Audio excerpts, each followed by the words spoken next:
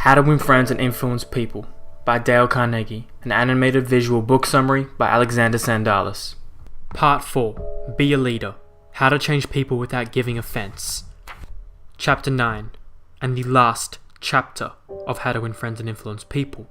Making people glad to do what you want. The effective leader should keep the following guidelines in mind when it is necessary to change attitudes or behavior.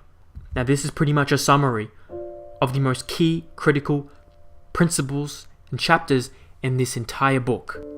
These are what I believe the keys to human communication, to effective human communication, albeit, to building positive relationships, to knowing and understanding how to provoke positive change with the least amount of resistance as possible. How to argue, how to not argue, how to convince people to your way of thinking. The list goes on, but I digress. Here are the points on how to change attitudes and behavior. Number 1. Be sincere. Do not promise anything that you cannot deliver. Forget about the benefits to yourself and concentrate on the benefits to the other person. Number 2. Know exactly what it is you want the other person to do. Number 3. Be empathetic. Ask yourself, what is it the other person really wants? Extremely important. Number 4. Consider the benefits that person will receive from doing what you suggest. What value will they take from you? What value will they take? How can they benefit? Number 5. Match those benefits to the other person's wants. So you think about the context you're within and how you can link the benefits they'll receive with what they really desire. 6. When you make your request, put it in a form that will convey to the other person the idea that he personally will benefit. We could give a curt order like this: John, we have customers coming in tomorrow and I need the stockroom cleaned out, so sweep it up, put the stock in neat piles on the shelves and polish the counter. Or we could express the same idea by showing John the benefits he will get from doing the task. John, we have a job that should be completed right away. If it is done now, we won't be faced with it later. I am bringing some customers in tomorrow to show our facilities. I would like to show them the stockroom, but it is in poor shape. If you could sweep it out, put the stock in neat piles on the shelves and polish the counter, it would make us look efficient and you will have done your part to provide a good company image. Will John be happy about doing what you suggest? Probably not very happy, but happier than if you had not pointed out the benefits. That is the caveat. That is what this is about. Providing a more positive alternative. Assuming you know that John has pride in the way his stockroom looks and is interested in contributing to the company image, he will be more likely to be cooperative. So this is where understanding the psychology of the person you're talking to is important. Understanding what they want and how they feel and their values. Because you can't make a dog bark. Understand that. It also will have been pointed out to John that the job would have to be done eventually, and by doing it now, he won't be faced with it later.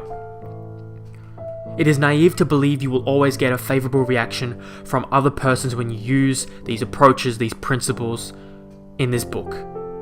But the experience of most people on the countless anecdotes and stories shows that you are more likely to change attitudes this way than by not using these principles at all. And if you increase your success by even a mere 10%, you've become 10% more effective as a leader than you were before. And that is to your benefit, and the people you're communicating's benefit as well. You become a better human being, a stronger human being, a better communicator. And people are more likely to do what you would like them to do when you use Principle 9. Make the other person happy about doing the thing you suggest. And the way you execute Principle 9 is by executing every other principle in this book. Now please don't get overwhelmed. Just like the 48 Laws of Power, we do not execute every principle, every minute, every conversation. No, you don't have to overwhelm yourself like that.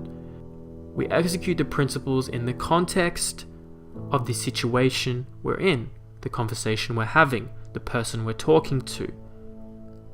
Ebbs and flows, ups and downs, constantly adapting, constantly shifting our tenor, our speech, our verbiage to the situation we are within. These are not rules to live by, these are just suggestions on how you might try and attempt to tweak your behavior so you can help tweak others, so you can help provide a more positive fulfilling life for those around you and yourself. I really hope you've taken value, a lot of value, because there's a lot of value in this book and in the way I've illustrated these videos, animating them. And you can see from video 1 to this one right now, who knows how many I've done in this book, that it's progressed. And I'm very proud of the progression I've made with my skills within these animations. Because if I could go back, I look back and I'm like, damn, that's not very good. I look back now and I'm like, okay, much better.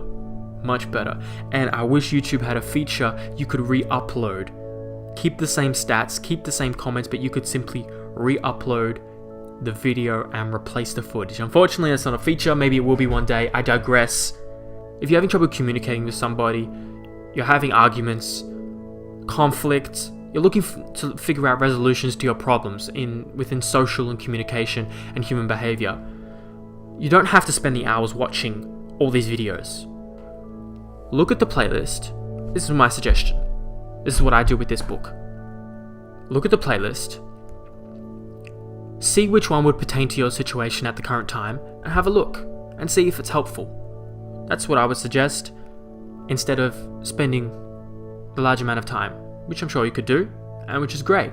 But one by one, you can master each principle and practice it slowly, repeating continuously, create it into a habit.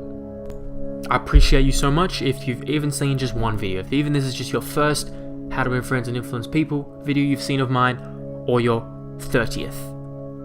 I appreciate you so much, and I'd love to know how you've executed these principles.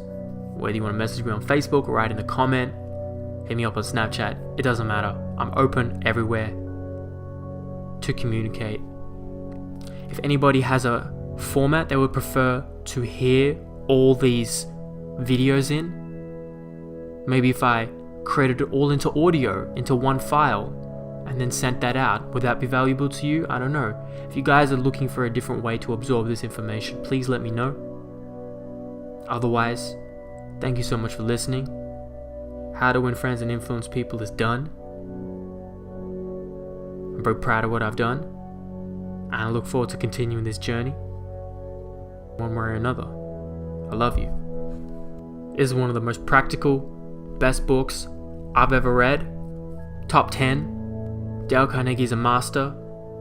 This book should be must read, compulsory for every graduating high schooler, but it's not. That's okay. Y'all can be better by just paying attention to these videos and paying attention to this book right here. Otherwise, yeah, that's it.